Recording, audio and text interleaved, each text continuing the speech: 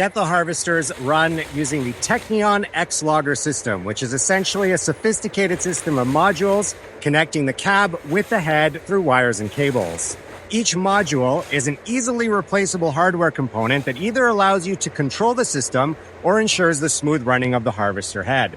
Today, we're going to take a look at some of the main modules.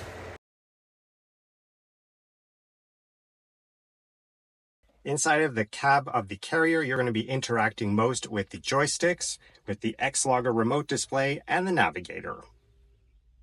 The standard system comes with an 8.4-inch display screen that requires input from the navigator in order to function.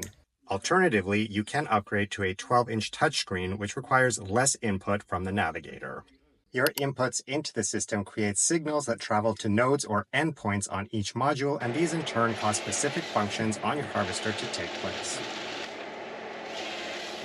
You'll also find the main hub box inside of the cab. This includes the master module, which is the main brains of the xLogger system, as well as the emergency shutoff button.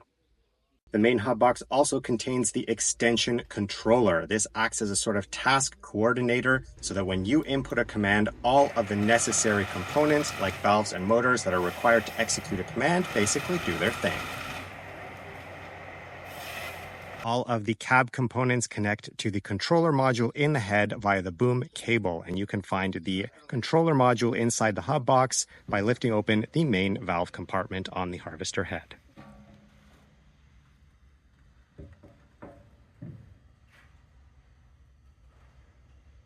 And that was a quick rundown of the main components of your Technion xLogger computer system. If there is a Technion tutorial that you'd like to see for your Keto Harvester, let us know in the comments. Otherwise, thanks for watching and stay tuned for more.